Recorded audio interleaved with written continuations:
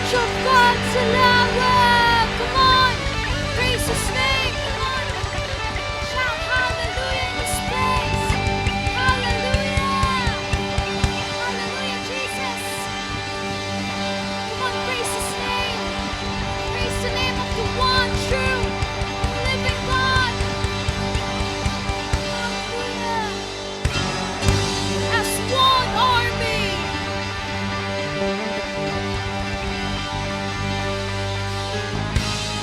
With one worship,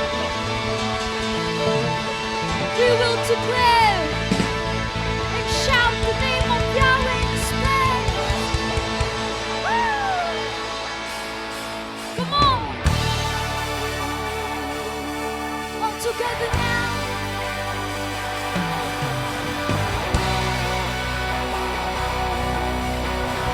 Sing. Yahweh,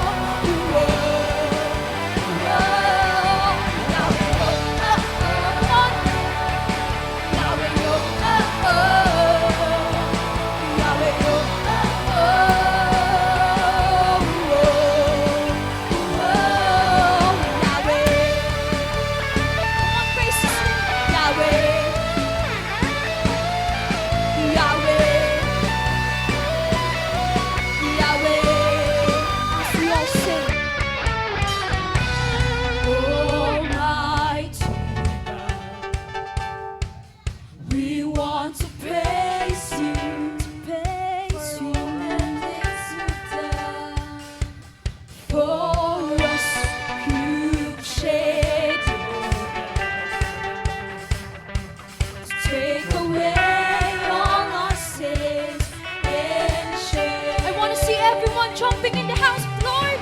Woo! Come on, church. Raise up hands and shout your name. Yahweh. Come on. Yahweh.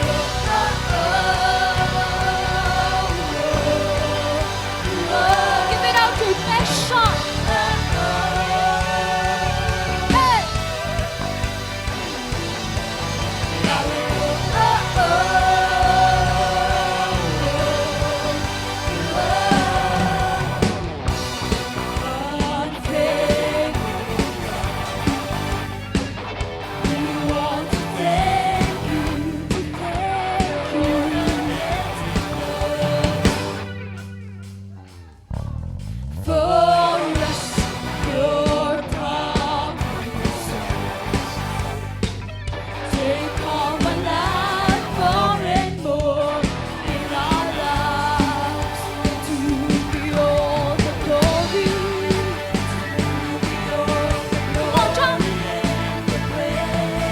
Everybody raise your hands for the Lord. Shout your name. Yahweh. Hey. Yahweh.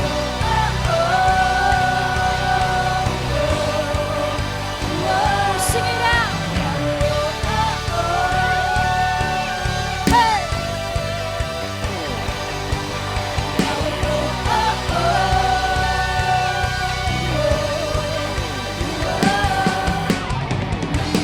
We'll worship till tomorrow comes.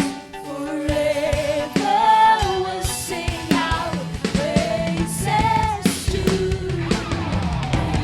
your presence. You have changed our lives, and now we're ready to go. We will worship like never before. We'll worship till tomorrow comes. Forever we'll sing our praises to your presence. You have changed our lives, and now we're ready to go.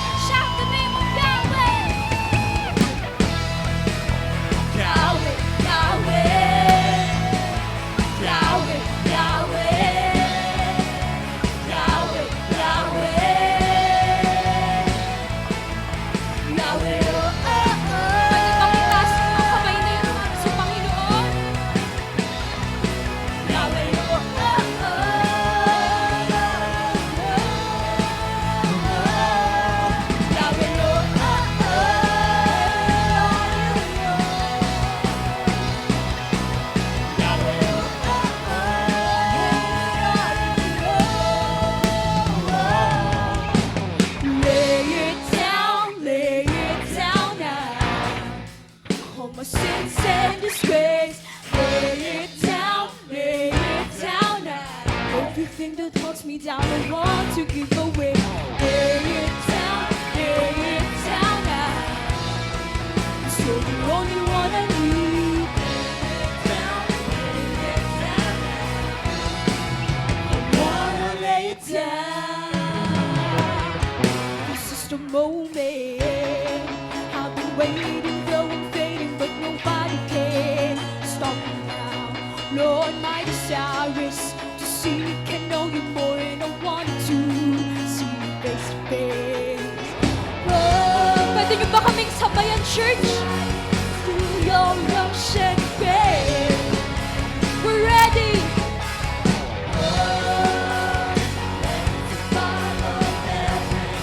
You say, Lord, I'm ready now to lay it down now. Every sins and disgrace, lay it down now. Everything that holds me down, I want to give away. Lay it down now. 'Cause you're the only one I need.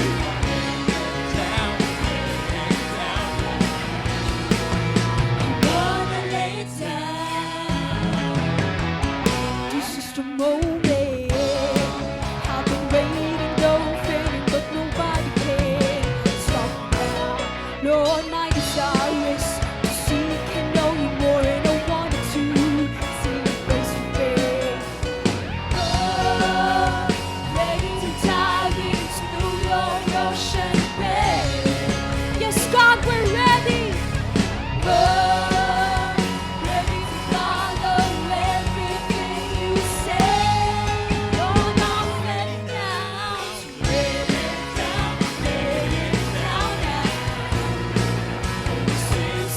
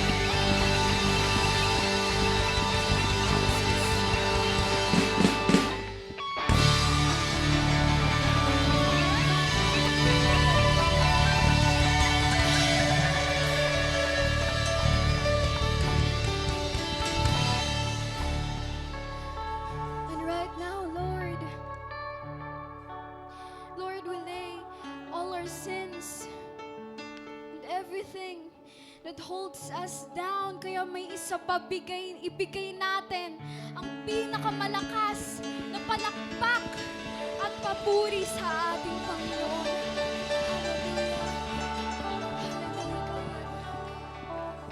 Hallelujah, Jesus. And now, church, this is what the Lord tells us in Romans chapter 12, verse 1. Therefore, I urge you, brothers and sisters, in view of God's mercy, to offer your bodies as a living sacrifice, holy and pleasing to God. This is your true and proper worship. Kaya may isa pa, pwede ba nating itaas ang mga kamay na yan? Come on! Itaas natin ang mga kamay na yan. As an act of worship, as an act of sacrifice, and as an act of surrender.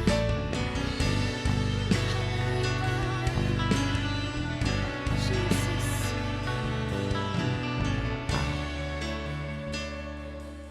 We will worship like never before.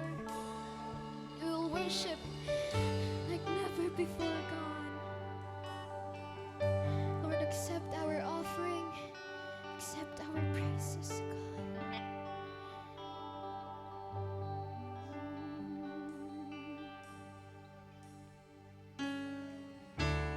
Purify us, O God. Purify this heart. Purify this mind, Lord. And we want nothing more. We want nothing more but to feel you right now, God. We want nothing more, Lord, but to experience you right now. Lord, we desire nothing else, Lord. We desire nothing else.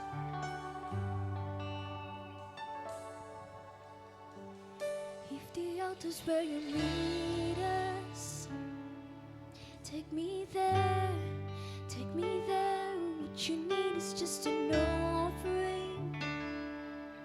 It's right here, my life is here, and I'll be a living sacrifice for you. You're a fire, the refiner. I wanna be consumed, I wanna be tried by fire. Purify, you take whatever you desire. Lord, here's my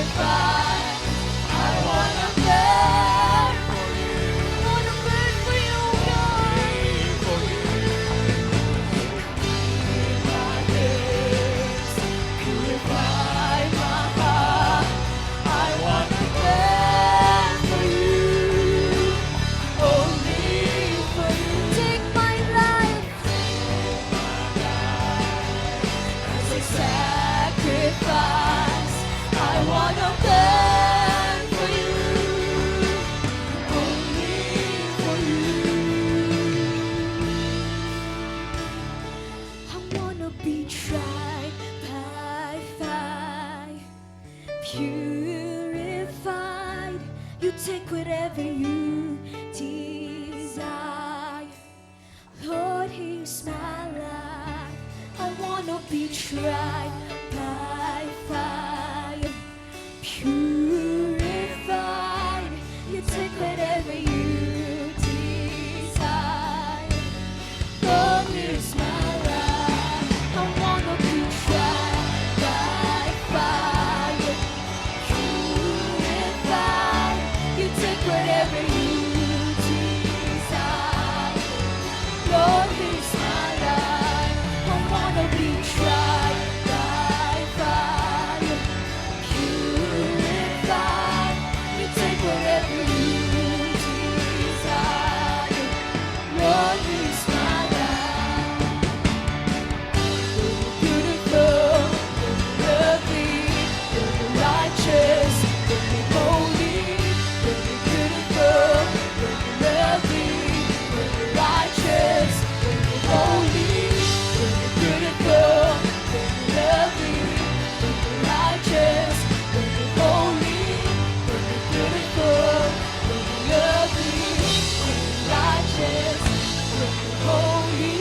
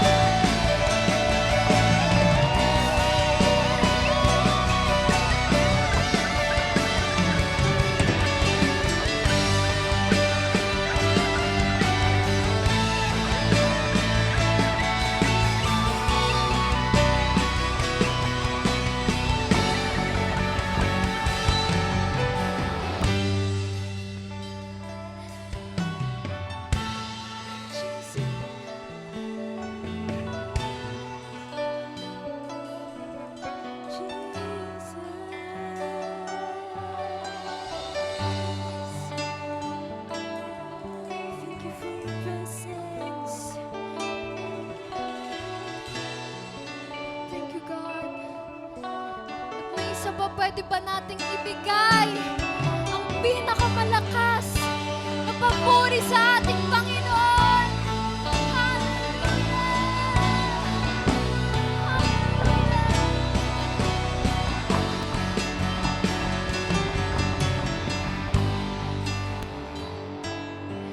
Maraming salamat, Panginoon.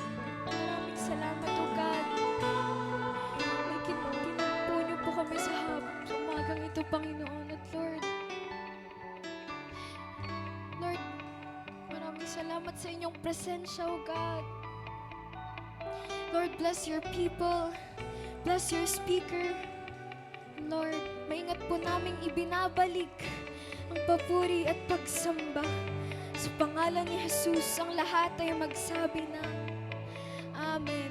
deserve na praise. Yan, para sa ating Panginoon. Ayan. Sige po, alam ko, excited na po ang bawat isa sa pakikinig ng salita ng Diyos. But before that, pwede po bang malaman kung meron pong first time, ngayon lang po nakadalo po sa Church of God sa Lawag, pwede po bang pakitaas po ang kamay? Ayun, meron po. Pwede rin po kayong tumayo po. We would like to invite you na tumayo po. Ayan. Sige po, tayo lang. Dito po sa kabila. Meron po. Ayan. Sige po, we would love to pray for you po, no, kapatid. Sige po, extend po natin ang ating kamay. Panginoon, salamat po sa napakagandang araw na ito sapagkat meron po kayong pinadalang bisita, Panginoon. Lord, alam namin hindi po ito aksidente sapagkat ito po ang plano nyo sa kanilang buhay. Magandang plano, Panginoon. At Lord, alam namin, Lord, na dinala niyo po sila dito upang sa gayon, Panginoon, makasama namin, Panginoon, sa pananambahan sa inyo. At dalangin namin, Lord, sapagkat batid niyo po ang kanilang pangangailangan, Panginoon. Batid niyo po ang dahilan kung bakit sila nandito. Kami po bilang Church of God ay nagkakaisa, Panginoon. Nawa, Lord, pagbalain niyo po sila, Panginoon. Sampu ng kanilang mga mahal sa buhay. Ingatan niyo nga po sila. Ilayo sa anumang disgrasya, kapahamakan, Panginoon. At nawa, Lord God, ano man po ang katanungan, kung meron man, ano man po ang dalangin, ano man po ang hiling, Lord, katagpuin niyo po ito sa inyong mapagpalang pag-ibig, Panginoon. Kaya, Lord, salamat po sa buhay ng aming kapatid. Salamat po sa bisita namin. Ito pong aming dalangin sa pangalan ni Jesus. Amen. Ayan, praise God. Again po, salamat po sa pagbisita sa Church of God sa Lawag. Nawa, hindi po ito ang huli. Bagkus po ang simula na makasama namin kayo po na manambahan po, no? In spirit and in truth. Also po, nais naming ipabatid sa lugar pong ito, isa lang po ang itinataas. Yan po ay pangalan ng ating Panginoong Heso Kristo. Praise God. Ayan. Again po, I want to thank the Lord for giving me the privilege to share His word today. And let me be just a mouthpiece. No? At ang salita po ng ating Panginoon ang siyang lumabas, mamutawi sa aking mga labi. Ako po ay maitago sa kanyang likuran at ang ating Panginoong Hesus po ang siyang maitaas sa lugar na ito. Ayan. Sige po, at handa na po ba ang lahat makinig sa salita ng Diyos? Amen. Isang palakpak pa po para sa Lord. Ayan. Praise God. Hallelujah. Thank you so much, Father. Amen. At before that pala, can we invite each and every one na tumayo po at tayo po ay magkamustahan po. Yan.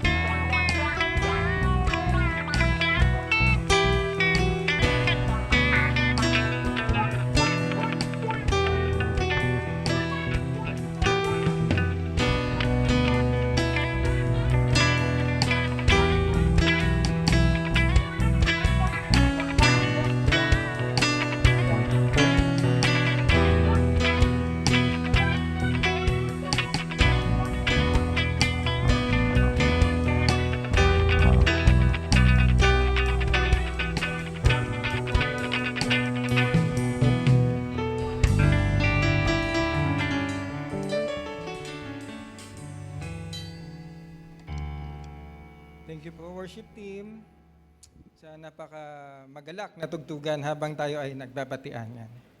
With the love of the Lord. Amen. Praise God. Again po, if you are ready, no, ready na po tayo, alam ko, sa pakikinig ng salita ng Diyos. At ito po ay ating sisimulan, no?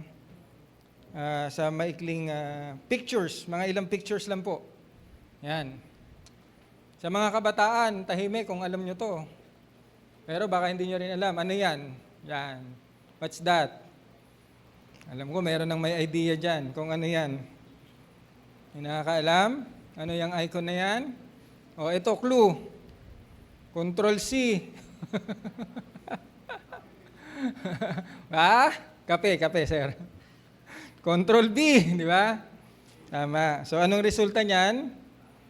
Copy and paste, no? Yan yung shortcut ng copy paste, no? Kung ayaw niyong mag-type at gusto niyong kopyahin ang isang bagay, no? I-copy paste niyo. It's either salita, it's either isang file o even folder, no? Ibig sabihin kung ano po yung laman ng folder na to, i-copy and then i-paste nyo sa kabila. Yung buong laman po noon, malilipat. O, yan po pala ang copy-paste. At yan din po yung title natin ngayong umaga. Siyempre po, yan, copy-paste. No, mamaya po, malalaman natin why is it related po sa ating topic for today.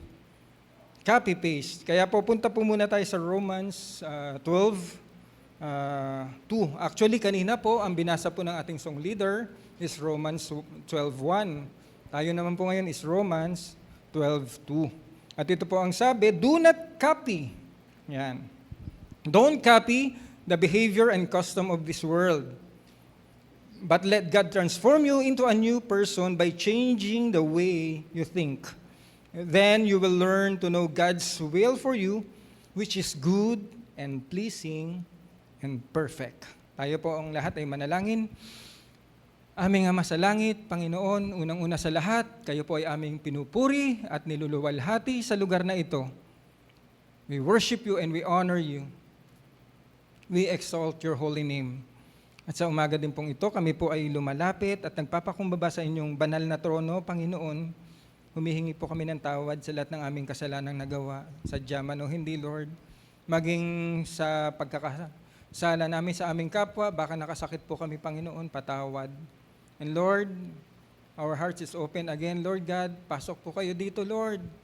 Even your Holy Spirit, Panginoon, ay malaya pong kumilos sa lugar na ito, Panginoon. Lord, we will not just listen to your word, Lord. But Lord, help us na kami po ay maisapamuhay namin to as we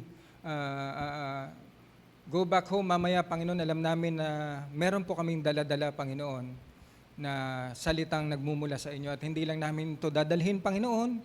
Ito po ay aming tatayuan, at ito po ay aming lalakaran, at ito po ay aming ipaglalaban, Panginoon, itong salita nyo.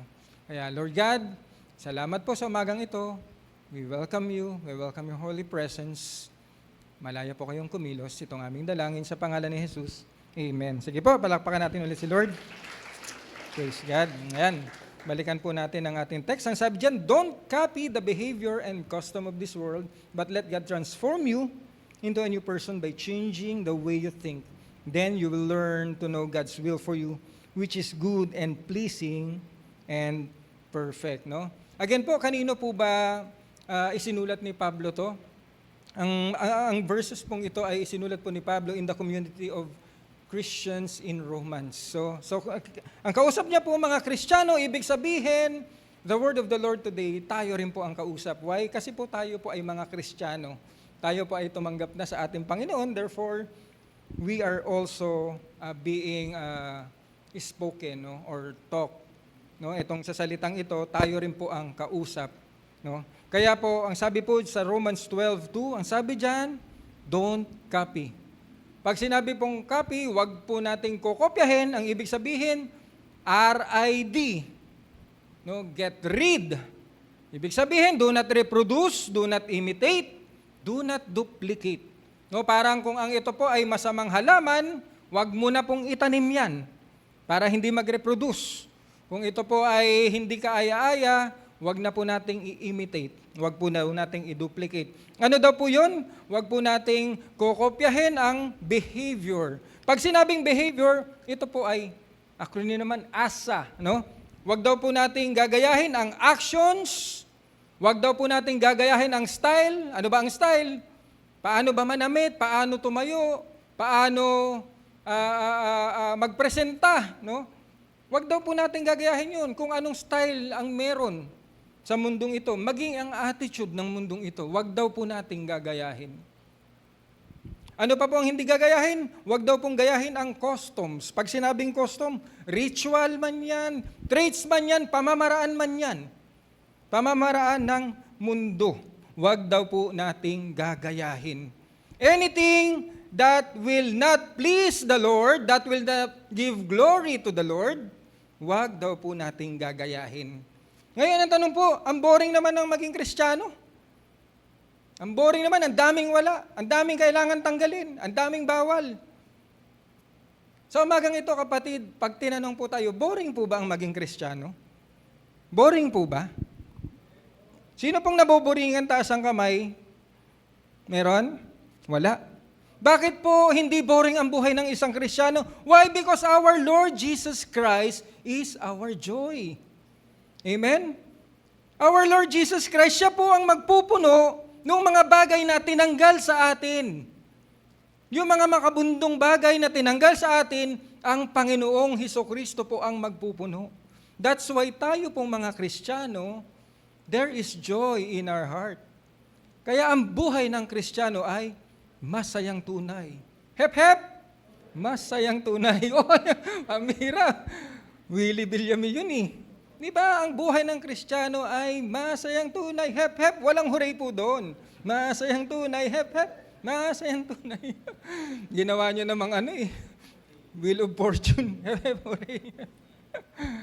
Yun po yung kanta dati, di ba? Kaya pala ang saya-saya ng buhay ng Kristiyano. Kahit wala po ang mga bagay na ito sa mundong ito, ino-offer ng mundo, ang joy po ng isang Kristiyano ay makikita niya sa Panginoong Hesus. At ang Panginoong Hesus po ang magpupuno sa lahat ng kakulangan na yan. Amen? Kaya hindi po boring ang buhay ng Kristiyano. Ito po ay napakasayang tunay. Kung may Kristo sa puso na totoo. Amen? Praise God. Ngayon po ang tanong, bakit kaya para sa tao ang daling gayahin at ang sarap gayahin ng mundo? No? Kasi po sa mundo po, what the world offer, ayaw. Pwedeng papindot. Yan. Balik natin, ayaw bumalik. Ayun. Okay na po. Yan. Kasi po ang mundo po, what it offers is cool. Wow. Pag cool po, parang ang daling sakyan. Cool. Wow, napaka-cool. Napaka-cool. Ano pang ino-offer ng mundo? Wow, trending now. Ito po yung trending ngayon eh. Kahit Kristiyano po, magti-TikTok, sasayaw kung ano-anong sayaw, maikli pa ang short. Pero Kristiyano, why trending? Merong star na ibibigay eh. Hindi mo alam kung may pera dun. Pero po, Kristiyano, pero makikita mo sumasayaw. Maikli ang short. Bakit? Trending po. Bakit po ginagawa ng Kristiyano or ng tao? Kasi po in. Kailangan gawin ko to para in ako. Or kung hindi mo man gawin, hindi ka in sa amin. Di ba? So ako, I'll compromise. Gagawin ko para maging in ako. Di ba? Yan po yung ino-offer ng mundong ito. Ano pa po? Siyempre po, meron pong tinatawag na walk of fame. Ang mundo po, gusto tayo nasa tuktok, nasa rurok ng tagumpay. Yan po ang palaging ino-offer ng mundong ito. No, kaya po kahit ano pong compromise, kahit ano pong gagawin natin para lang magawa yan. Kahit Kristiyano. At yung sa lahat po, pag meron na pong pumasok na envy, no, or tayo po ay nainggit na. Pag yan po ay pumasok na sa isang buhay ng Kristiyano, talaga pong mapapasayaw siya sa galaw at sa tugtog ng mundong ito. Pag nainggit. No? Kaya po pala ang tao, ang dali ding mag-copy-paste. No? Ang dali po ng tao mag-copy-paste. No? Ilang bagay lang po itong ipapakita natin at sana po ito po ay i-take natin na isang aral. No? At ito po kasi ay trending, ito po kasi ay cool sa tingin natin. No? Pero ano po yung madalas i-copy-paste? Hindi lang to ng kabataan kahit ng matatanda ginagawa. If you will agree with me, kina-copy-paste po ito ng tao, ng Kristiyano pa. Justin Bieber, sino yung isa? Miley Cyrus. Labas ang dila, kokopyahin po yan, kahit Kristiyano. Pwedeng pakitingnan po yung dilang nakalabas. Okay po ba? Cool po ba? Tingnan nyo lang po. Is it cool? Kung cool po, kung okay sa inyo, gawin nyo. No? Pero po, ginagawa ng mga Hall of Famers, kokopyahin po ng isang Kristiyano. Kokopyahin po ng kabataan, kokopyahin po ng mga magulang, di ba? Again po, sasabihin natin, dila lang naman yan. No? Sa tingin po ba natin tama? No? At paano kaya ito nag-originate? At anong sabi sa Bible? Yun po ang ating tingnan. Ang sabi po sa Bible, no, fact about Kali, kilala niyo po si Kali? Hindi po ito yung inumin, letter C yun. Ang Kali po, ito po yan. Ito si Kali. Si Kali daw po, or Kalika, is a major Hindu goddess. Hindi po siya minor. Pag sinabing major, ito po ay isa sa mga sinasamba. Isa tinitingnan nilang Diyos-Diyosan sa Hindu. Si Kali. At kung titingnan po natin si Kali, marami po yang symbolism. No? Hindi lang labas ang dila, but the symbol itself, yung ulo po na yan, ulo daw po yan ni John the Baptist na nakalagay sa plato. No? Di ba po, ang ulo ni John the Baptist nilagay sa plato?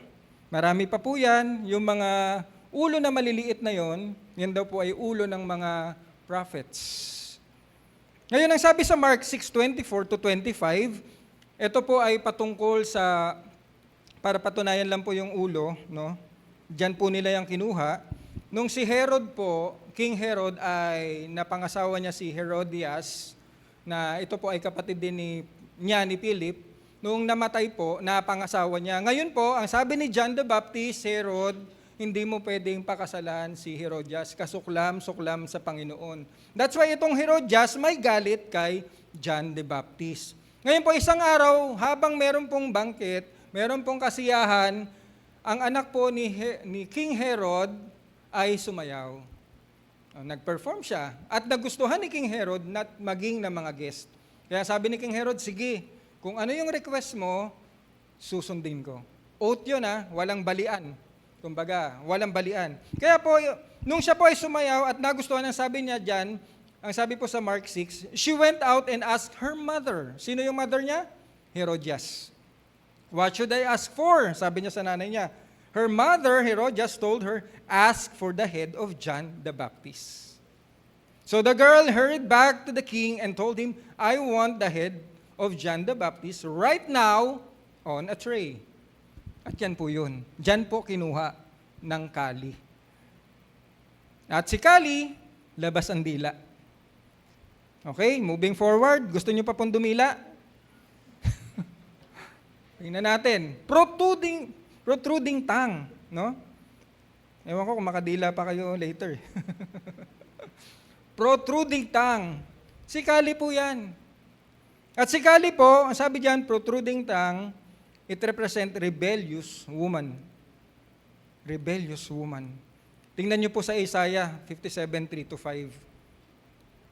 Isaiah 57:3-5. Ang sabi diyan, but you, Israelian, come here, you witches' children, your offspring of adulterers and prostitutes. Whom do you mock, making faces and sticking out your tongue? So noon pa pala, may naglalabas na talaga ng dila. At sa harapan ni Isaiah, hindi yun maganda. Bilang propeta, siya na po ay nagsasabi, whom do you mock, making faces and sticking out your tongue, you children of sinners and liars? You worship your idols with great passion beneath the oak and under every green tree. You sacrifice your children down in the valley among the jagged rock in the cliff. So sa Bible po, sinasabi po yan ni Isaiah.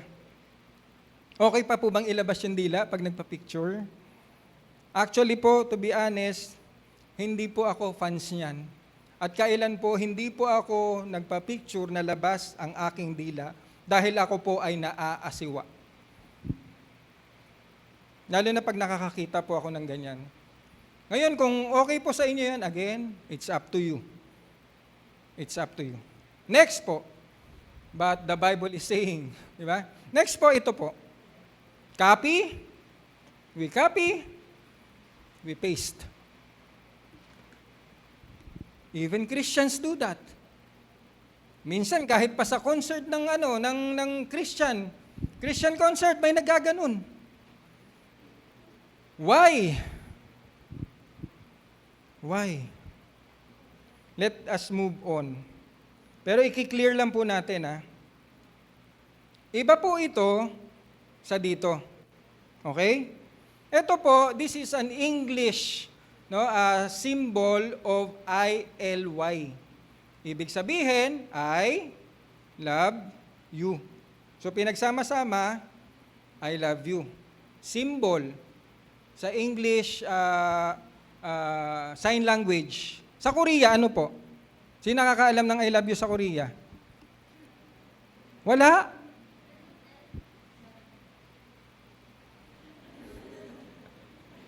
Oh. Meron pa sa Pilipino. Yun. Oh, di ba? O kaya, gano'n. McDo. Di ba? Yun po ay I love you, pero this one, hindi po. Sino po ba nagpopularize po niyan? Ang nagpopularize po niyan, si Ronnie James Dio, was known for popularizing the sign of the horn in heavy metal. Dio began using the sign soon after joining the metal band Black Sabbath in 1979. And therefore, kinapi, pinost. Tao lang ba? Even idols is doing those symbol. Idol po gumagawa eh. Then kakapyahin po natin. Isip po muna tayo, Christian. Hindi po lahat ng nakikita, cool, trending, pwedeng i-copy ng isang Kristiyano at i-paste niya sa buhay niya. I-paste niya sa puso niya. I-paste niya sa gawa niya. I-paste niya sa ways niya. Hindi po pwede. Ano pa pong kinakapi? Ito po ay mga sample lang po. Para sabihin natin na hindi lahat ng cool pwede mong kopyahin. Ito po ay Osiris Risen Devil Puppetry. X. Yan po yun. Saan po yan nag-originate? Even the tao and mga Hall of Famers ginagawa.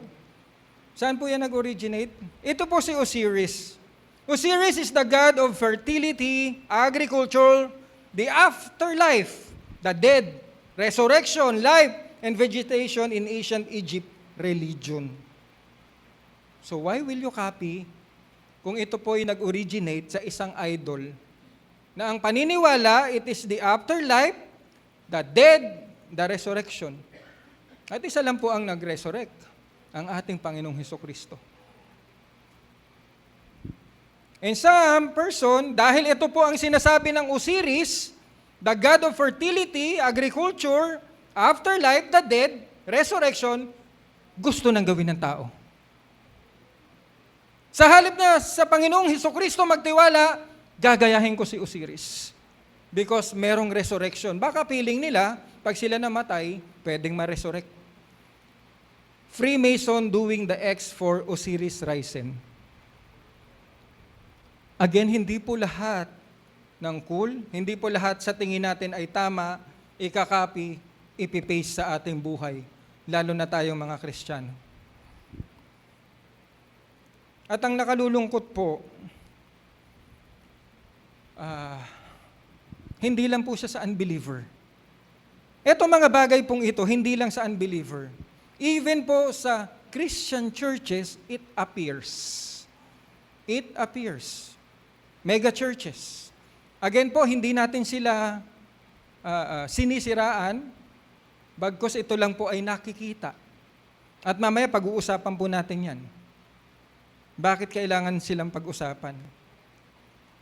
Pastor na mega church, sa sign of the horn. Kasama po yung kanyang asawa. Kaya nga po may comment dyan, bakit hindi ka na lang mag-thumbs up? O wala kang thumb? Bakit kailangan mong gawin yung sign of the horn? Isa kang pastor. Naka-Osiris. Meron namang isa, kaya natin i-connect. The teaching of this pastor is modalism. The changing form of God. Hindi po tayo modalism. Kaya po natin pinapakita kasi ito yung turo eh. Ang modalism po, ang si Lord daw, isang Lord, magiging Jesus, magiging Holy Spirit, magiging God the Father. Isang Diyos na nagtra-transform, nag-change ng form. Mali po yun. Kasi meron tayong 3 person, kaya Trinity. Lahat sila Diyos. Pero hindi po ang God the Father pwedeng maging Jesus. Hindi po pwedeng si Jesus maging Holy Spirit. At ang Holy Spirit hindi po pwedeng maging God the Father. Kaya po pinapakita natin. Mali po kasi yung tinuturo eh. Isa pang pastor, mega church, magpipreach, ang nakaprint sa kanyang damit, ang kanyang asawa na naka-bathing suit, na krinos lang yung dibdib. Tama po ba? Sa tingin po natin, tama. Ito po ay way, ito po ay attitude, ito po ay style. Kaya nga may sinasabi, style mo bulok, hindi ko gagayahin. Di ba? Pag bulok. Kaya lang gustong magpa-trending, hindi po pwede. Pananamit lang naman yan eh. Kapatid, paano ba manamit ang isang Kristiyano? Tama ba yun na i-print mo yung asawa mo na naka-bathing suit? Suotin mo while preaching? Paano manamit ang isang Kristiyano? Sige na lang sa beach, sa Boracay. Paano? Kailangan ba magbistida tayo doon? Ha? Mag-swimming tayo na nakabistida, na cover? Hindi po ganun ang sinasabi. Pero ang sinasabi po ng salita ng Diyos, paano manamit ang isang Kristiyano, at long as it is decent and it will not cause somebody to sin, then do it. Nakagigets po natin? Kung sa tingin mo, decente ang pananamit mo at walang magkakasala, suotin mo.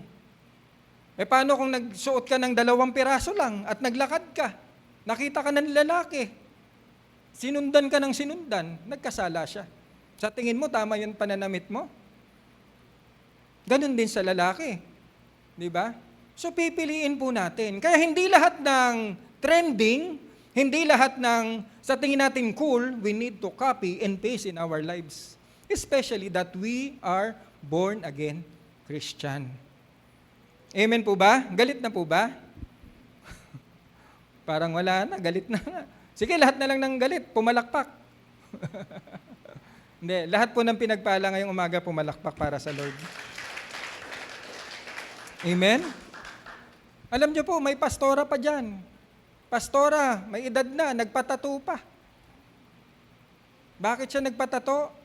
Gusto niyang inisin yung mga Kristiyano na tumutulig sa tattoo para daw mas mainis. Tama po ba yung pangangatwiran? Kaya po, ito po ang sabi po sa Ephesians 5:11. Bakit po natin ito pinakikita? Bakit po? Sabi sa Ephesians 5:11, take no part in the worthless deeds of evil and darkness. Instead, what? Expose them. Bakit po natin kailangan i-expose? Why? Bakit kailangan ipakita to? Bakit pagka worthless deed of evil and darkness, kailangan expose? Why? Kasi po, baka anak mo po yung matamaan. Baka anak po natin yung madala sa mali. O baka ikaw mismo madala sa mali. Akala mo tama yung ginagawa mo. Kaya po kailangan ma-expose. Kailangan po nating ipakita na hindi po maganda yan bilang Kristiyano. Again po, ito po ay salita ng Panginoon. Ito po ang sinasabi sa atin ngayong umaga. Moving forward in John 4:1, 1 John 4:1, sabi dyan, dear friends, tingnan niyo po, do not believe everyone who claims to speak by the Spirit. You must test them to see if the Spirit they have comes from God. For there are many false prophets in the world. So paano po natin ititest? Unang-una po sa lahat, dapat po ang iglesia ang walang ibang tinataas na pangalan kundi ang Panginoong Hesukristo. Amen? Pag po ang pangalan na ng pastor, pag pangalan na ng leader, pag pangalan na ng ministry head ang itinataas, isip-isip na po tayo. Dahil sa iglesia pong ito, ang dapat lang na pangalang itaas ay pangalan ng ating Panginoong Hesukristo. Amen? Palakpakan natin si Lord. Because in the name of our Lord Jesus Christ, every knee shall bow, every tongue confess that He is Lord and our Savior. Amen? Kaya lang po, iba na kasi yung gospel ng ibang churches. Meron na nga silang little gods. Tayo daw ay little gods. Kaya yun po, we need to expose para po magkaroon tayo ng isip-isip din. No? At hindi lahat ng bagay ay kokopyahin. Romans 12:2, balikan natin, don't copy the behavior and custom of this world, but let God transform you into a new person by changing the way you think. Yan. Let God transform you by changing the way you think, then you will learn to know God's will for you, which is good and pleasing and perfect. Pag sinabi pong God will transform you into a new person, ito po yung sinasabi sa 2 Corinthians 5:17. Common verse, pero po, minsan hindi nagaganap sa isang Kristiyano. Ang sabi diyan, this means that anyone who belongs to Christ has become a new person. The old life is gone, a new life has begun. Kapatid, ikaw po ba yon? Tayo po ba yon? Taas nga ang kamay po ng lahat po na belong to our Lord Jesus Christ. Taas po ang kamay. Meron pong hindi nagtataas ng kamay, ibig sabihin hindi po sa Panginoong Hesukristo. Ngayon, kung tayo po ay na kay Lord Jesus na po, may sabi diyan, we become a new person. Yung lumang buhay natin na wala na, at ang bago po ang siyang magaganap. Ibig sabihin po nito, kapatid, new life means hindi po ito, gaya nga ng sinasabi sa C2S, sinong naka-attend na C2S, hindi po ito refurbish. Pag sinabi pong refurbish, para kang merong computer na kinalas mo, pagkakalas mo, nilinis mo, tinanggal mo yung mga alikabok sa pan-blower, yung mga contact ng memory card, ini-eraser yan eh, para matanggal yung mga, nagkakaroon kasi ng carbon. Para pag sinalpak mo, contact ulit yan ng maayos. Yun po ang refurbish. Hindi po siya brand new, tama? Hindi rin po ito para kang nag-retouch lang ng bahay, na parang pininturahan mo na lang yung bahay, pero sa loob pala, merong anay. Hindi rin po ito parang kotse na itinono mo or anong tawag dyan? Inayos mo lang. Pinalitan mo ng brake pad kasi pudpud na. Nagpalit ka rin ng brake fluid kasi sa tingin mo kupas na. Hindi po ganun. Ang sinasabi pong new life, the old life is gone, the new life has begun bago. Back to zero. Para kang bumili ng brand new computer, bumili ka ng brand new car, bumili ka ng brand new house, yun daw po yun. Ibig sabihin, ang lahat ng kahapon mo, wala na po. Bago na lahat. Yun po ang new life that has begun. Kaya po ang Panginoong Hesukristo, ang sinasabi diyan, I tell you the truth, unless you are born again, you cannot see the kingdom of God. So yun po ang pagkaka-born again. Nababago po yung buhay natin. Amen? Kaya po ang lahat ng luma, tatanggalin po. Balikan po ang text again, let God transform you into a new person by changing the way you think. Ayan na po. Pag sinabing changing the way you think, binago na yung kaisipan mo, ano pong ilalaman ko dito? Di ba yun ang tanong? Ano ang ilalaman ko kasi pinalitan na yung aking pag-iisip? Yun po ang kailangan nating i-copy-paste. Sino po ang ating i-copy-paste? May nakakaalam po ba? Sino ang kailangan nating i-copy-paste? Mga Kristiyano. Walang nakakaalam. Nagbabasa po ba tayo ng Bible? Our life po should be changed katulad po ng ating Panginoong Hesukristo. Sino po ang i-copy-paste? Si Jesus. Hindi mo i-copy-paste yung katabi mo. Hindi mo i-copy-paste yung summa cum laude mong kaklase. Hindi mo i-copy-paste yung presidente nyo sa trabaho. Ang i-copy-paste nating mga Kristiyano ay ang ating Panginoong Hesukristo. At ang i-copy-paste natin sa Kanya, yung Kanyang, ito po pala ay mga take-away na natin to. No? Ang i-copy-paste po natin sa ating Panginoong Hesukristo ay ang Kanyang SSS. Yan. May SSS pa po ba tayo? Amen. Yung iba, ako wala na. Design na eh. Wala nang SSS. No? Ano po ba yung SSS ng ating Panginoong Hesukristo na kailangan nating i-copy paste? Unang-una po, yung kanyang sacrifice. Paano siya nag-sacrifice? Na dapat tayo po bilang mga Kristiyano, marunong din po tayong magsakripisyo. Kaya po ang sabi sa 2 Corinthians 5:15, Christ died for everyone. Sino yun? You and me.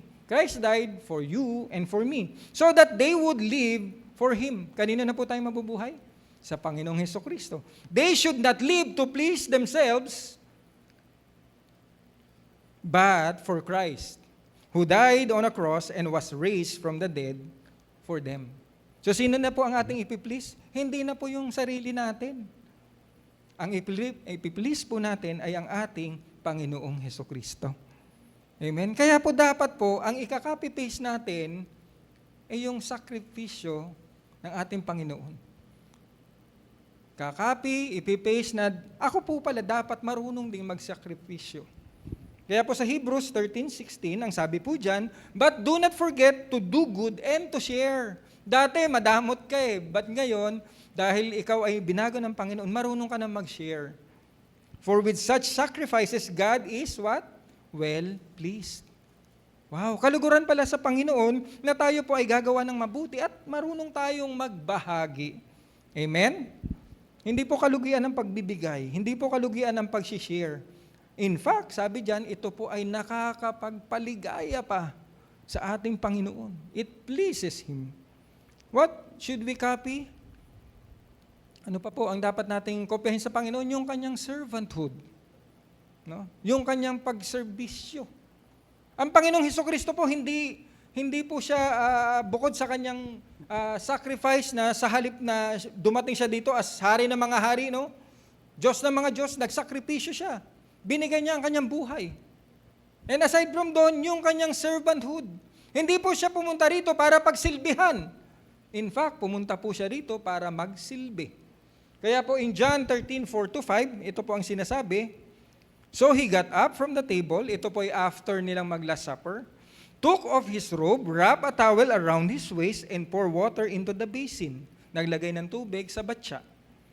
Then he began to wash the disciples' feet, drying them with the towel he had around him. Kapatid, kung tatanungin kita, kaya mo bang hugasan yung paa ng katabi mo ngayon?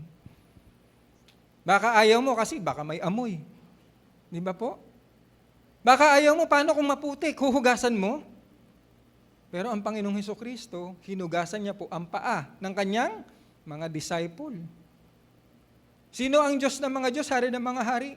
Ang Panginoong Hesukristo. Pero sino ang naghugas ng paa? Siya. Ganun po ang Panginoong Hesukristo nang dumating sa lupa. Hindi po siya para pagsilbihan, siya po ang nagsilbi. Kaya po paalala pong muli sa atin sa 1 Corinthians 9:19, for though I am free from all men, sabi ni Pablo, ako man ay hindi naman ako pagmamayari ng tao. Ako ay free. Sabi niya, I have made myself servant to all. Pero ginawa ko sarili ko na maging servant ng lahat. Para that I might win the more. Ibig sabihin tayo mga Kristiyano, pag tayo tumayo sa labas, hindi tayo bossy. Pag tayo tumayo sa labas, willing tayong mag-serve. Kung may nakita kang kailangan ng tulong, tulungan mo. Bakit? Isang araw, uy, salamat ha. Tinulungan mo ko, naplatan. Oh, sige, oo. Walang anuman. Invite kita sa church. O, di-invitein mo na. Kung bossy-bossy ka, wala kang pakialam. Sa tingin po ba natin, mawiwin natin ang tao para dalhin sa iglesia, sa church? I don't think so.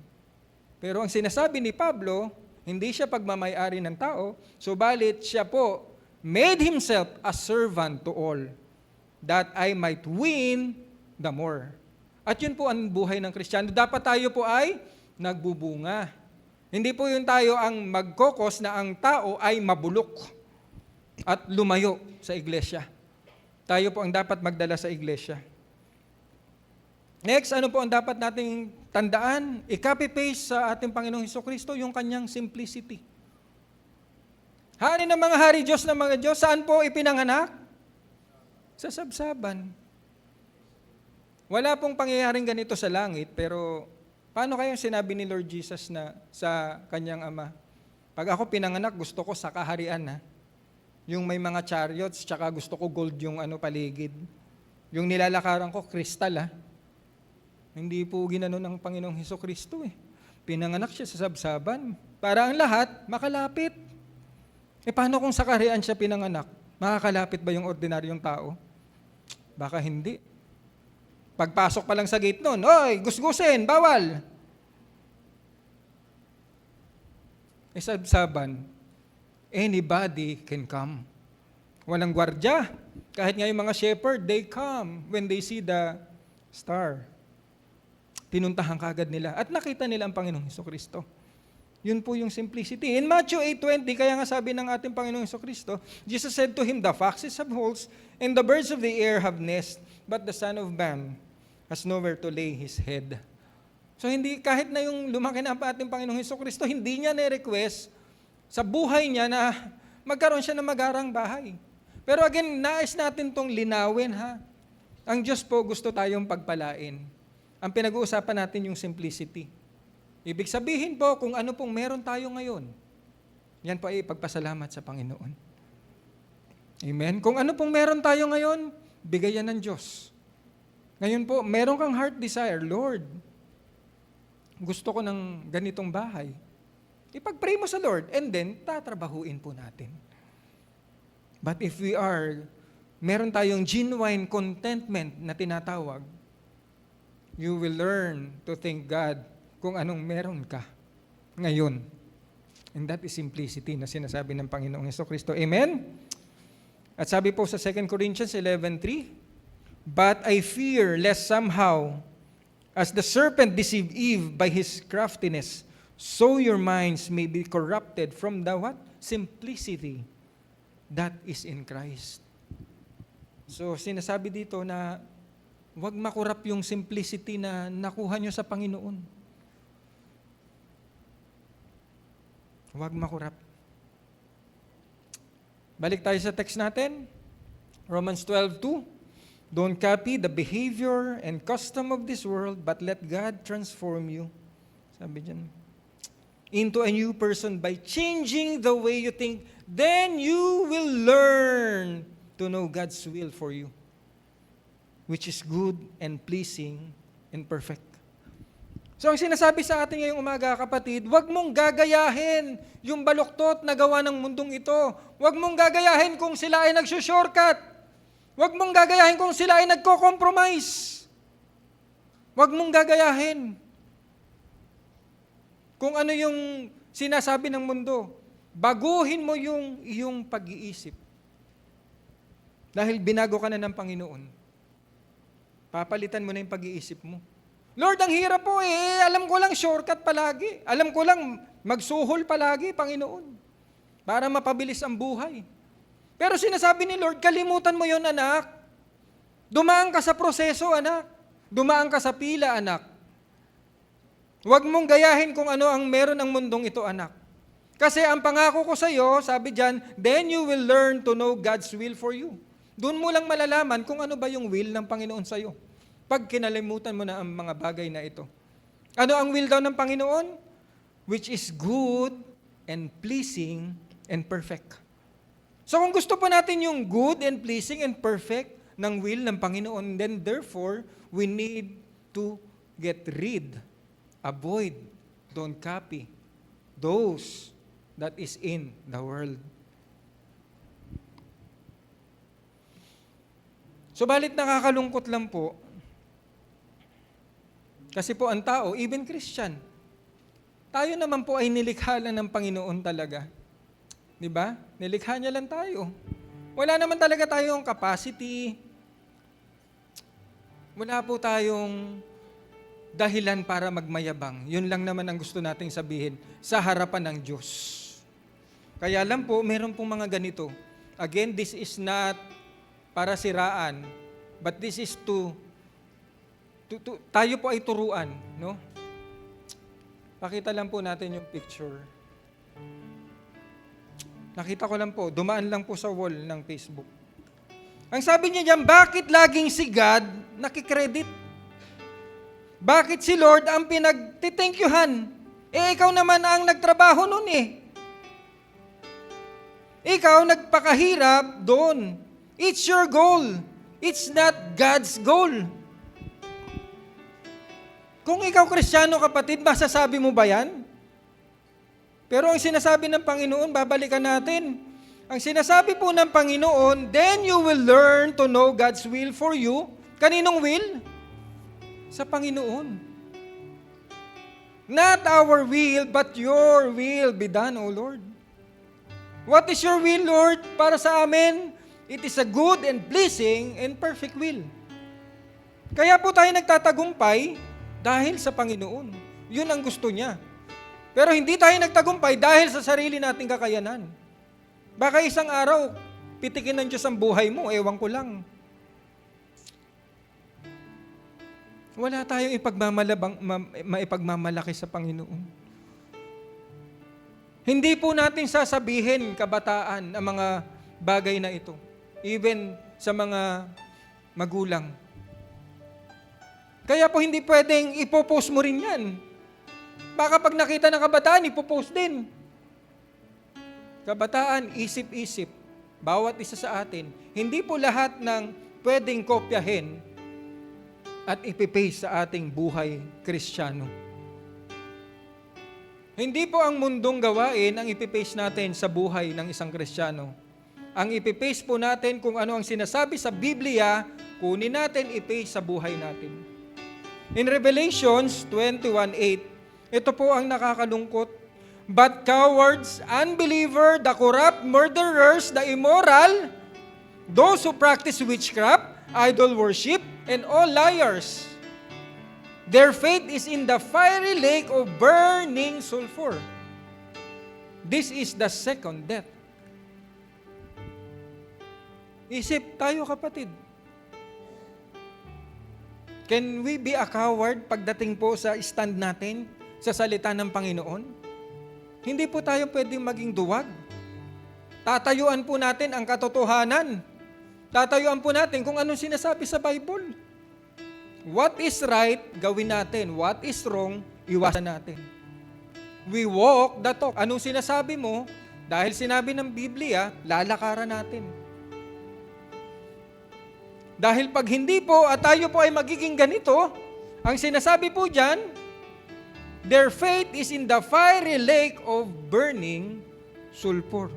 At yun po ang nakakalungkot, kapatid.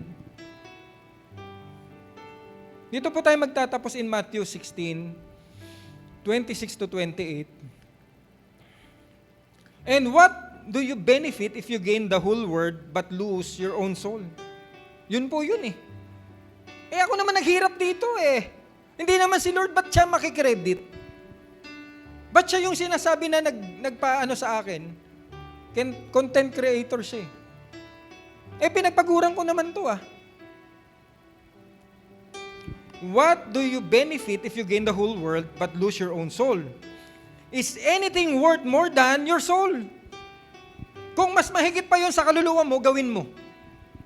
Pero kung mas mahigit ang kaluluwa sa'yo, sa hinaharap ng kaluluwa mo, huwag mong gawin. Avoid.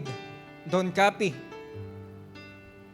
For the Son of Man will come with His angels in the glory of His Father and will judge all people according to their deeds. May judgment talaga. And I tell you the truth, some standing here right now will not die before they see the Son of Man coming in His kingdom.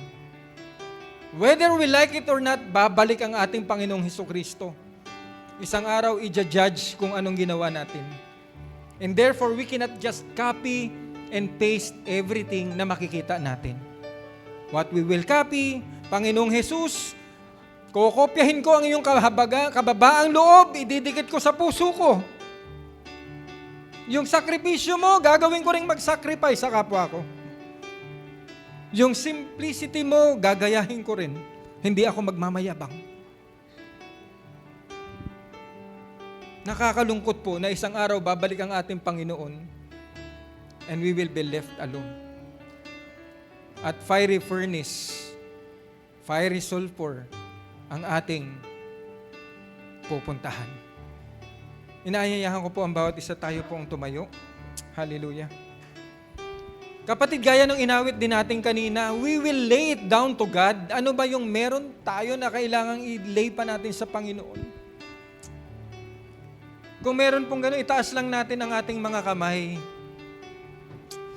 Panginoon, alam mo yung buhay namin, alam mo yung nasa puso namin, Panginoon, baka meron pa kaming kinapi-paste, Lord God, na hindi kaaya-aya sa iyong harapan. Lord, i-delete na namin ito, Lord, sa pamamagitan ng paglatag namin ito sa inyong harapan. Lord, burahin niyo po sa amin to. At Lord, hayaan niyo po na copy-paste namin, Panginoon, kung ano po yung kalugod-lugod sa inyong harapan, Lord. Lord, yung bisyo, tanggalin na po. Kung ano pa pong merong hindi maganda, tanggalin na po sa amin. But what is pleasing in your eyes, Lord, yun po ang aming i-copy-paste. Lord, mahirap po. Subalit sa iyo po kami aasa, Panginoon. Ang banal niyong Espiritu Santo, Lord, ang aming magiging gabay. Nang sa gayon, Panginoon, malakaran namin, matayuan namin, maipaglaban namin what is holy and what is righteous in your sight. In Jesus' name we pray. Amen. I wanna be tried by fire, purified. You take whatever you desire. Lord, here's my life. I wanna be tried by fire, purified. You take whatever you desire. Lord, here's my life. I wanna be tried by fire, purified. You take whatever you desire. Lord, here's my life. I wanna be tried by fire, purified. You take whatever you desire. Lord, here's my life.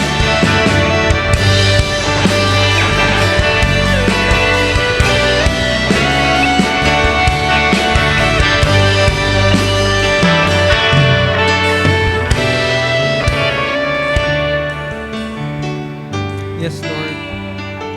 Lord, is higdaan niyo nga po kami sa apoy, Lord. Lord, para lumabas po, Lord, yung pusong dalisay, Panginoon. Mawala po, Lord God, yung mga impurities.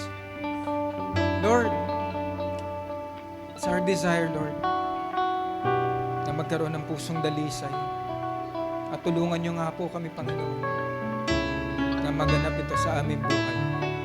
Salamat, O Diyos. Amen and amen. Sige po, palakpakan natin si Lord.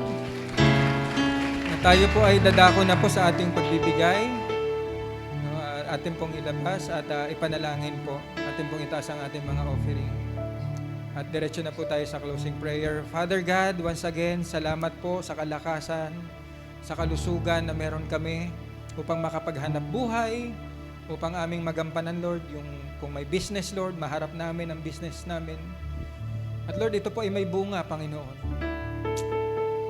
At dahil sa bungang ito, Panginoon, namin namang ibabalik, Lord, what is due to you, Lord God, our tithes. At kalakip nito, Lord God, ang aming offering, Father God. We pray, Lord God, that these tithes and offering, Lord, will be used mightily and accordingly sa lugar na ito upang magpatuloy, Lord, ang inyong gawain. Ma-reach out pa, Lord, ng mga kaluluwang hindi pa nakakilala sa inyo. Nabahagian sila. At higit sa lahat din po, Panginoon, matustusan din po nito ang pangangailangan ng Iglesia.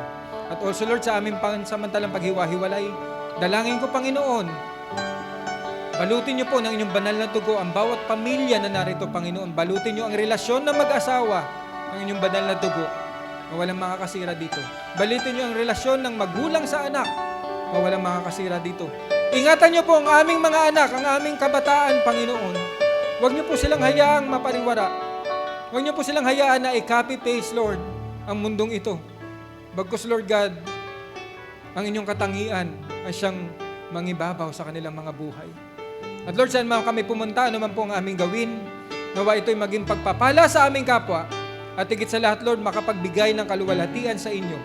At idako nyo nga po kami dito, Lord, next week upang makapanambahang muli at makinig ng inyong salita. Kaya Lord, minsan pong muli, ingatan nyo po ang bawat isa. Pagpalain nyo po itong aming nagkakaisang panalangin sa pangalan ni Jesus. Amen. Sige po, ating itaas ang ating kamay. Church of God sa Lawag, as we depart from this place, may the Lord bless you and keep you. May the Lord make His face shine upon you and be gracious to you. May the Lord lift up His countenance upon you and give you peace. In the name of the Father, and of the Son, and of the Holy Spirit. Everybody shout, Amen. God bless us all. We love you.